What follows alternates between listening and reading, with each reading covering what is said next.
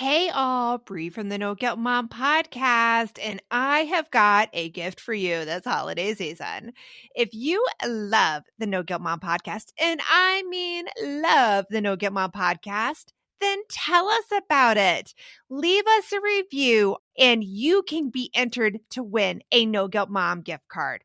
All you have to do is leave a review, take a screenshot, and then simply go to noguiltmom.com/review to enter our giveaway for a free No Guilt Mom gift card, simply for telling us what you think about the podcast. It is amazing. But don't delay. Get right on this, as we're going to be giving away that No Guilt Mom gift card on December 21st.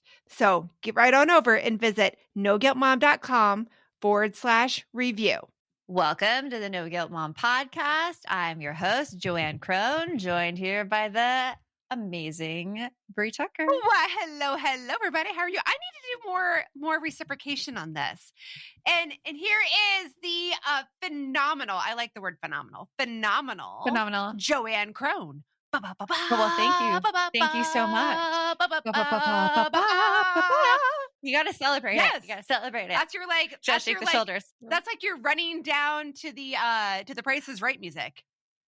Yes. Da, da, da. We all need that. We need more of that in our daily lives, I think. We do. We need to accept the celebration. I would never forget when I was in high school. I had this friend, April, and she gave me a compliment. And I told her all the reasons why I didn't deserve that compliment, which is very typical of people. And you just have to take the compliment and say, thank you. Thank you. Because I mean, that's so, we have this conversation a lot. We work on it a lot. I work on this. Like, you gave me a compliment yesterday and I started to you're like, and I had to stop myself and I'm like, thank you very much for that. I genuinely appreciate it. It's good for mental health too, because if we don't acknowledge those wins, we only see the bad. So we really have to stop and say, thank you, and let it sink in and be like, I am lovely. Thank you. Yes. And then go on from there. And we're going to give you something else to celebrate today, because one of the frequent things we hear from you, No Guilt Moms, is that you can't get your kids to help out.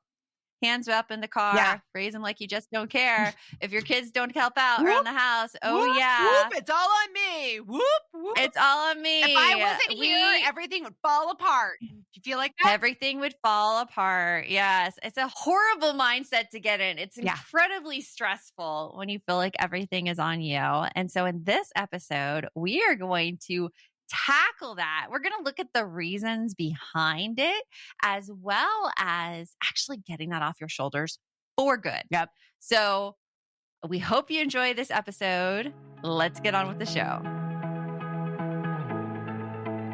You want mom life to be easier. That's our goal too. Our mission is to raise more self-sufficient and independent kids, and we're going to have fun doing it. We're going to help you delegate and step back. Each episode will tackle strategies for positive discipline, making our kids more responsible and making our lives better in the process. Welcome to the No Guilt Mom podcast.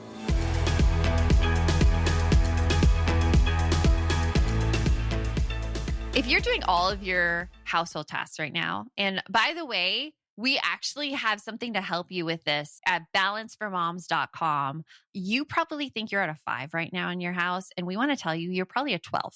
And I'll prove it to you, because you're going to go get this at Balance for Moms. Like, do this even before you listen to the rest of the episode.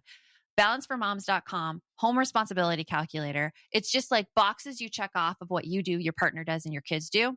And then you're going to go into this episode knowing, oh my gosh, I do like 89% of the work in my house. Or, oh my gosh, I do like 75%.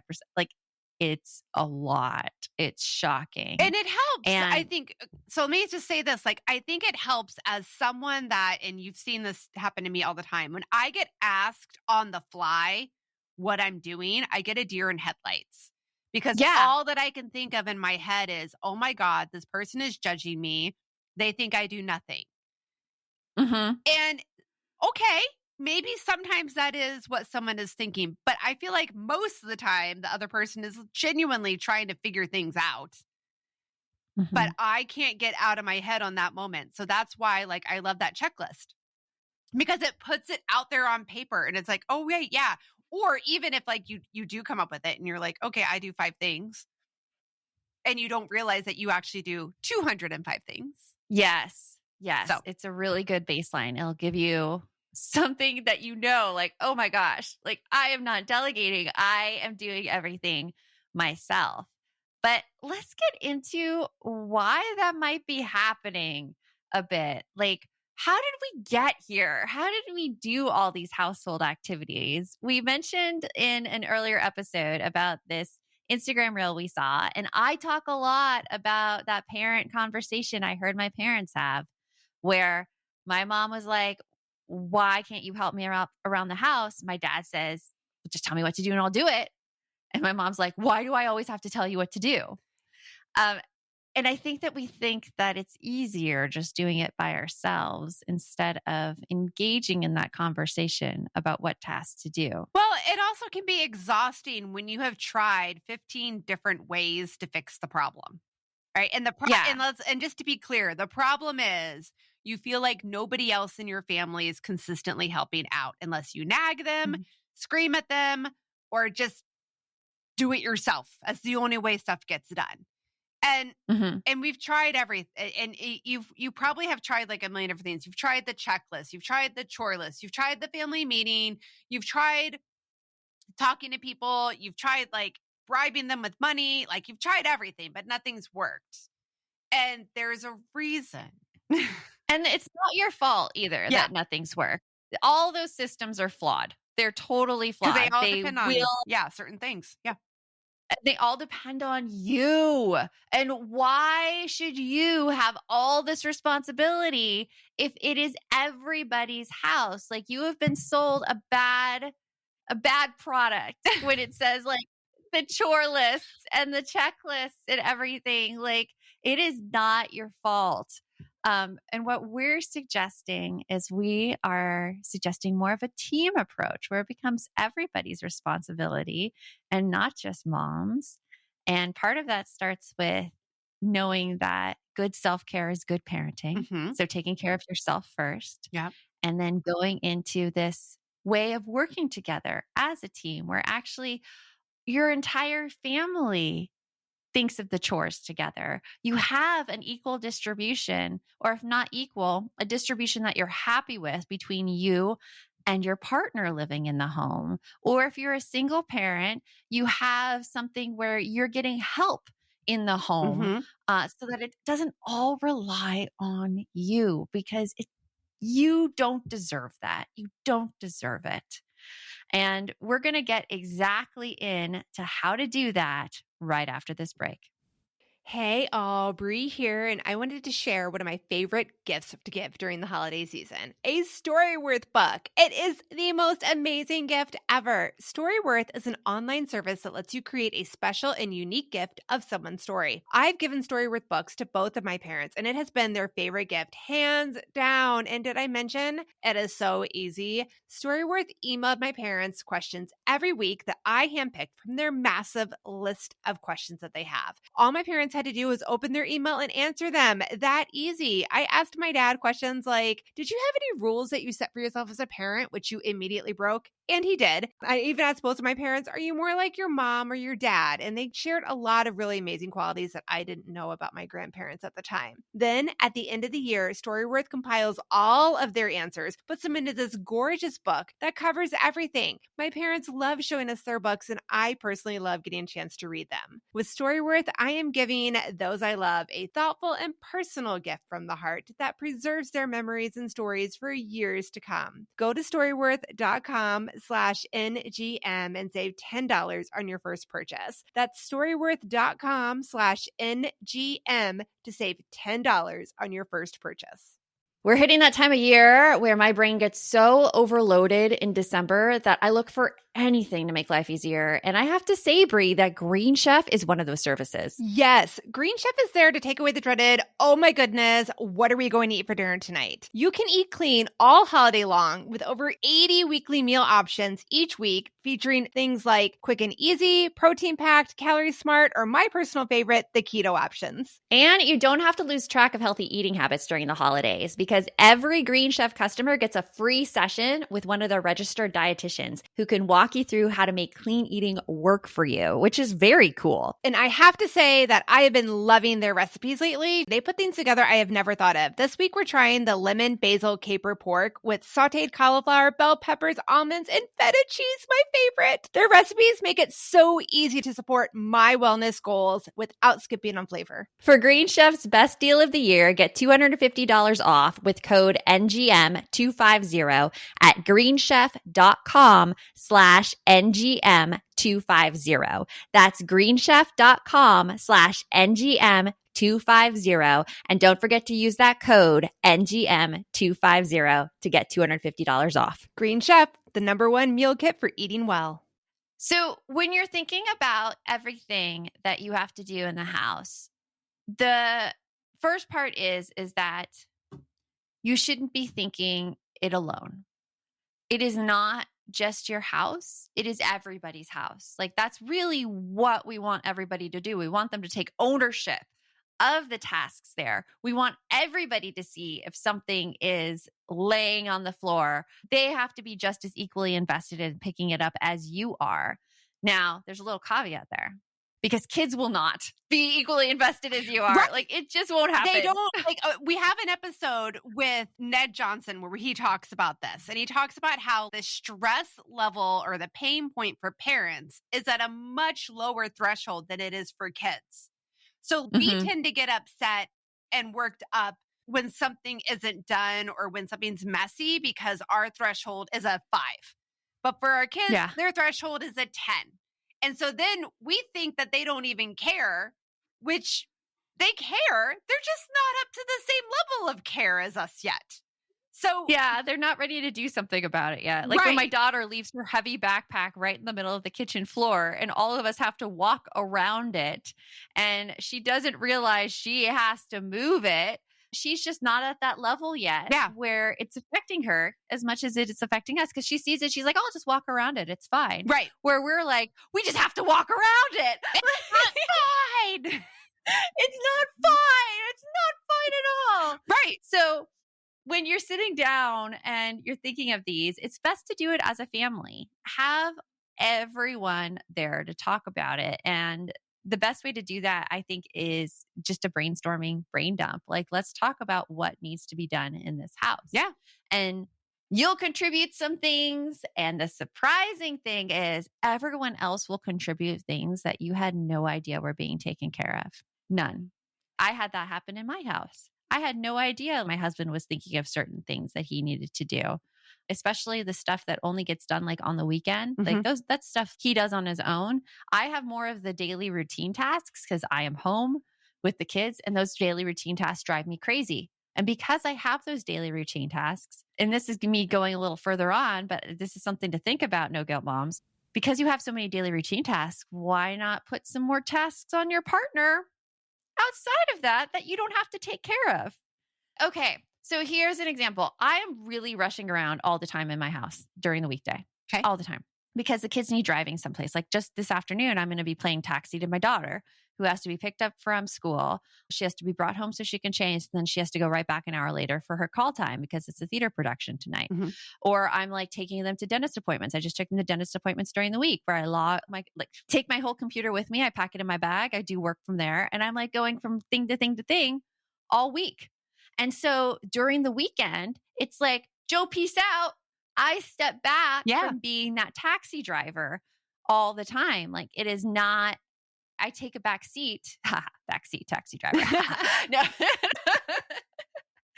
But I will specifically be like, hey, can you take them? Hey, can you take them? And then my husband is like, I'll take them. I'm good. I'll do that.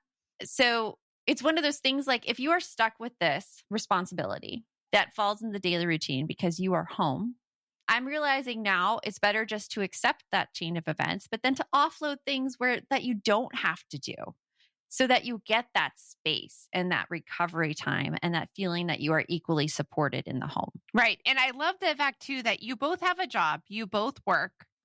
you are willing to take on the stuff that fits into your schedule better because of literally where you work.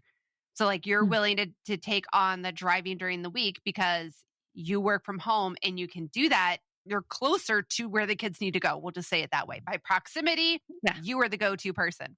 And I'm the boss who's going to tell me what to do. Yes. But also on the weekends then, when you're both home from the work week that you both had, it is perfectly acceptable and fine to be like, hey, I took this load, this shift during the week. It's your shift over the weekend.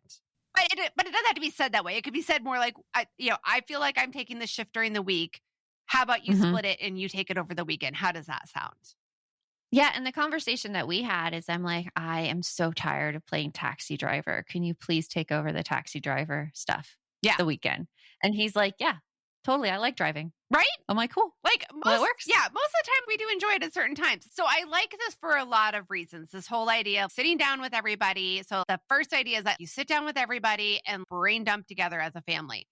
And the reason I like it also is because when we are really stressed out because the backpack keeps getting left in the middle of the floor, in that moment, when the backpack's in the middle of the floor and I am angry about it because my stress level is already at its max and it hasn't gotten to the max level for my kids, I may not be communicating that in the most clear, thoughtful, kind, how about respectful way. I might be more of like, get this damn thing off the floor, move it now. I almost fell and broke my neck. I don't know, like whatever, right? That's me. I'm dramatic. It happens. But it happens. Right. But if I'm having this conversation, say during dinner, like, hey guys, we're going to talk about what needs to be done in the house because it's driving me bonkers and I don't like being cranky and y'all don't like me being cranky. So let's come up with a solution that's going to work. Then I can say at that time, one thing that really bugs me is when we leave our stuff in the middle of the floor. And they can hear me say it in a calm, rational manner where they don't feel like they're having to defend themselves. And we'll figure out from there what has to happen next, whether or not it's something that has to be fixed or not fixed. But I mean, you're able to have that conversation without all the emotional blowout that can happen. Yeah, exactly. And it goes back to something that our friend Hunter Clark Field said in her book, Raising Good Humans, is that whose problem is it?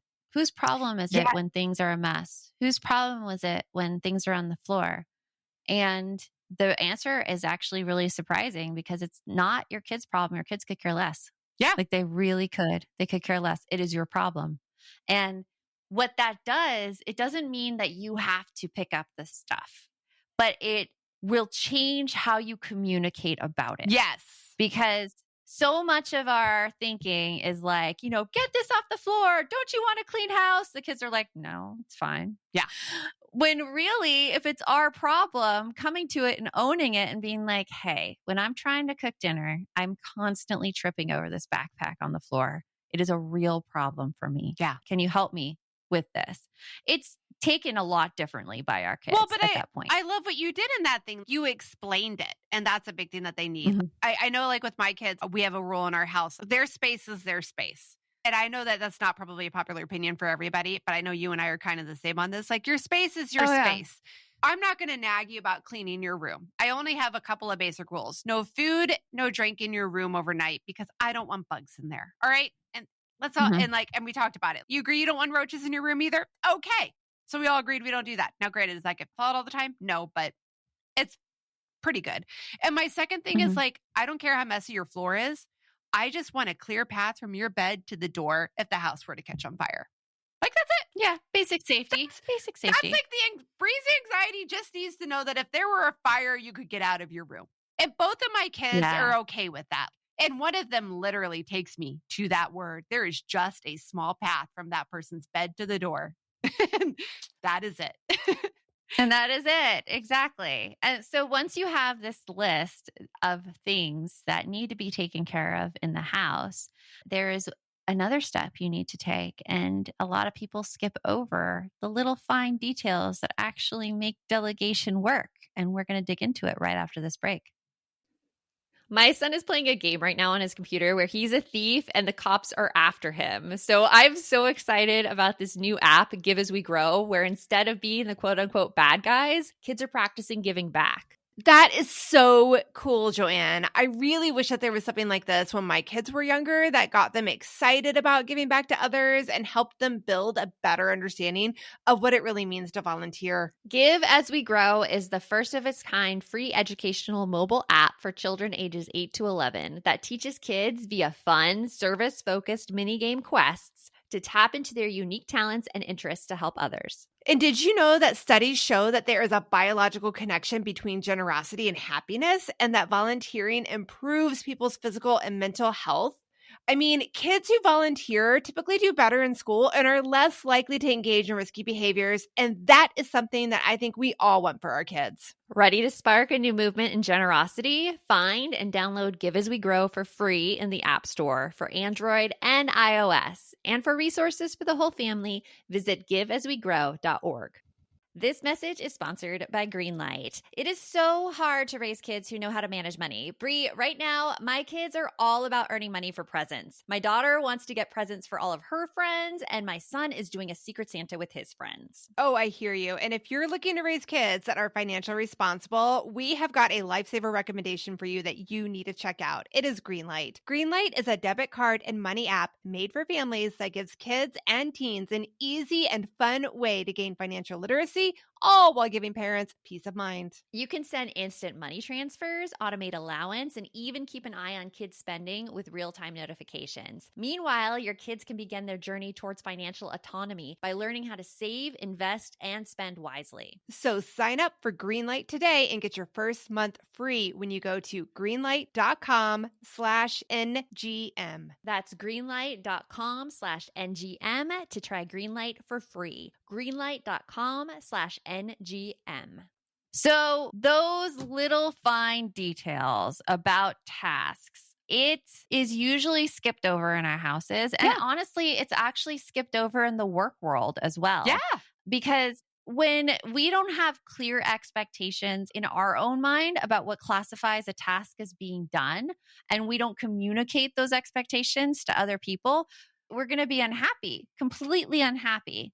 So the thing we have to establish is there's actually like 3 points. There's who's doing it, what needs to be done, and here's the kicker, when it needs to be done by.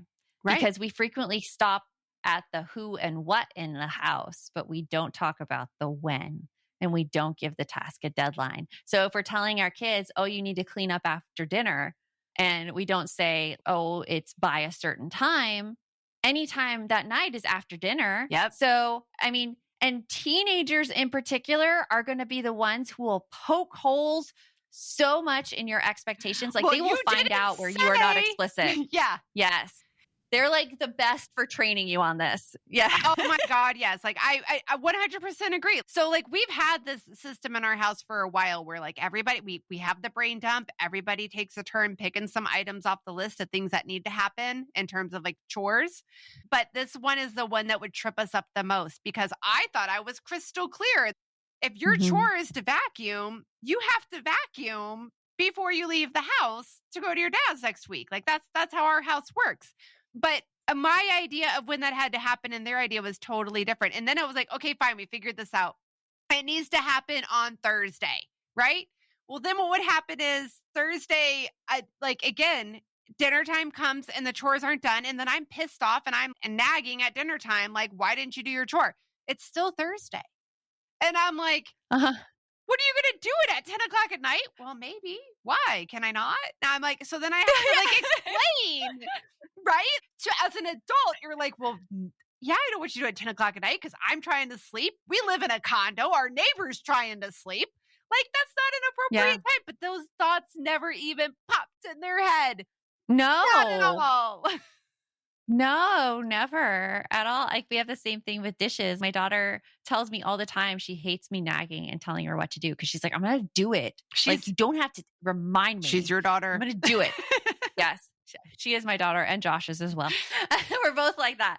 So she's told me, she's like, I'll do it before I go to bed. And she goes to bed so much later than I do. So like, I've learned now that, okay, it's going to be done by the next morning. And it is. And she usually follows through with that. Yeah. But if you don't have that understanding and you don't have that set time, you can't hold people accountable.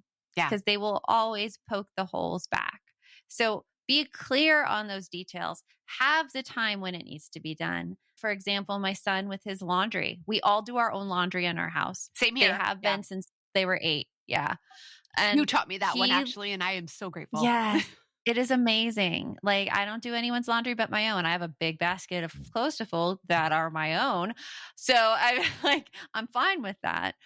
But having them do their own laundry, my son likes to push the boundaries. And instead of doing his laundry, I'll notice he starts wearing shirts with little food things on them. And I'm like, we might need to do the laundry, bud. And so he still needs to be instructed in that. And he needs to be given a clear guideline, be like, hey, you need to do the laundry before noon on Sunday, because that'll give him enough buffer time. If he starts before noon, it'll be done by the time he has to go to bed. We have to do the same thing in our household, but it's because we have, 4 to 5 people here any given week. And then the laundry becomes a commodity because everybody wants to do it on Sunday. And I'm like, okay, we can't do 5 people's laundry in one day. It just is not going to happen. So that one thing in particular is a really great thing to tell kids. And you can work with them and be like, when should this be done? Because they need to have buy-in in it with it too. Right. However, with your partner, it needs to be handled differently because your partner is on equal footing with you. We have to remember that. And so we have to remember that. And we have, if we have not done an episode yet about delegating chores with your partner, we should do one, Brie. I think we have haven't not. done it. I don't think we've done one specific about your partner. So that'll be, I'm making a note right now. I'm writing it down.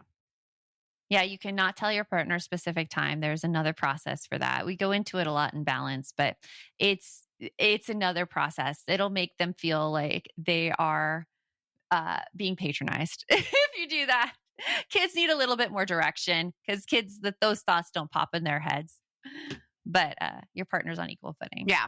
And then the third thing you need to do with your hardest kids. One. I think this is honestly the hardest one for most people. Yeah. It's a step back. Let them do it. Let them fail. Let them experience the consequences of their behavior. And that could be really hard if their failure actually affects other people in the house. Yeah. Really hard. Dishes in my house, I've just learned to accept it. Like, I see all the reasons dishes are put off. And I think that's another thing. To really step back, you need to be able to first assume that they are reasonable and rational people who don't want to piss you off. Like, they really don't. And I say don't want to piss you off because so many our assumptions are like, they're lazy, they're irresponsible, they're all of these things. And if I just ground them, then that'll fix the issue, Brie. Yeah. And it doesn't. Because again, like you said, in general, human nature, we're not trying to be bad people. We're not trying to make other people angry. No. Again, there's normally a reason. There's a reason and there's a story behind it. So if you can figure out what their story is, then you're going to be able to step back a lot easier. So for example, with the dishes, I can very much identify with why they don't do the dishes. Dishes suck. Yeah. They really do. Mine's the bathrooms. I put them off too. I hate cleaning the bathrooms. I put them off so much. Yeah. And you see it from their point of view instead of just something that needs to be done. Seeing, oh, this is a boring, mundane task that I really don't want to do myself. And I understand this. And yet we do still need to do it because we need clean dishes. Yep. And we want to eat off clean silverware. So when we step back, we're actually able to have those conversations with them. Like, there was a thing where we had dinner the other night and it was scavenging night because it's where we eat leftovers. We call it scavenging. And make it fun. you're just, you're able to eat whatever you want to eat. You just look to see if it's in the fridge and then you grab it, and scavenging. And I took the last clean spoon. It's my son's job to load the dishwasher. And I didn't tell him, oh, you have to clean a spoon or anything like that. I just let him figure it out for himself. And he was like, oh, there's no clean spoons. I'll just eat with my hands. Oh, and my that's what God. he does. He eats with his hands. And so we do have that conversation then. And we're like, okay, so you're okay with eating with your hands, but let's talk about the rest of us. I am not okay with eating with my hands. It makes me so upset when I have to go clean the dishes. Can you please put them in the dishwasher? And he's like, yeah, after I eat, I'll go put them in the dishwasher. Right. And that's how we get through it and we get to have those conversations, and it's not grounding. It's just a conversation. Well, and it also so again, the stepping back is one of the hardest pieces of the delegating chores to other people in the family, because nobody likes being hovered over and being told what to do, no matter how old they are. So I like how you had that. You could have just said to him, you need to wash the dishes. But instead you were like telling him, from my perspective, I don't like doing that and it frustrates me. And he could understand that. He could relate. He's like, yeah, okay, I hear you on that one. That's way different than it's your job to do the dishes. Why are they not done? Right? Yeah. There's that for starters. Asking them over and over and over and over again just irritates them and makes them almost not want to do it. Just at least it does for me. Just out of spite. Just out of spite. But then also giving them a big thing too, especially with our kids, letting them know when we notice that they're doing a good job. Hey, yes, I noticed that you have been getting your chores done, of the dishes or the vacuuming or putting your backpack away in your room. And I just want you to know that I really appreciate that. Yeah. So something I did that actually worked with my daughter. So saying those things, they're like, oh, stop being so cringy, Mom. Stop being so cringy. I was going to say, if it's a teen, you get up. Yeah. Whatever. But what I did instead is I wrote her a note, and I wrote all of those things in a note, and I wrote all those things I value in her. And I even went even more cringy than I would do verbally, because I want her to know this. And then I just gave her the note and walked away, and she read it. And she didn't say anything about it for a while. But then 5 hours later, 6 hours later, she's like, I did appreciate the note. Thank you. Aww. And so it's getting it. So teens do appreciate the comments, and everybody, I think, appreciates it. But it feels so foreign. And especially if you're used to being really hard and self-critical on yourself, that we're almost programmed to not accept it at first, to say it's cringy, because it's all those feelings we're just not used to feeling. Yeah. But a note works. Write it in a note and you will see they do appreciate it and they do like it. I'd say whatever method you can, just letting them know that you see it. Have it be genuine. Genuinely, I really do appreciate what you did. And then that's it. If there's one thing I have learned recently, it's that coming in with agenda kills it faster than anything else. It does. So and they could smell that agenda so far away. You're not fishing for them to come back and say, oh, thank you, Mom. I'm so happy you noticed that. You're just giving them the I note. And think of it like you are just depositing in their positive self-esteem bank. Yeah. You're letting them know. That's what you're doing. Yeah. You're just depositing that you know that they're capable and that they can do things. And then you walk away. You walk away. That's a great comment about the agenda. Yeah. It's just putting it in their positive self-esteem bank. That's what they need. Yep. A lot of times. Yep. So we want to see you delegate. Tell us how you do it. And remember, the best mom is a happy mom. Take care of you. And we'll talk to you later. Thanks for stopping by.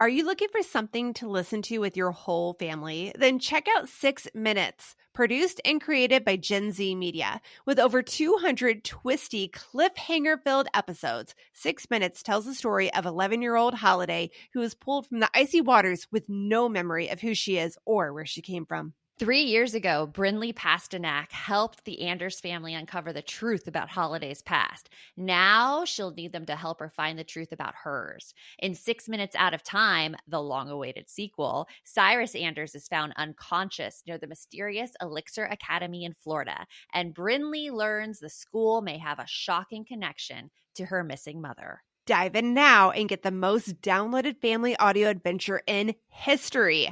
Follow 6 Minutes wherever you get your podcasts. You can listen early and ad-free with the GZM family subscription.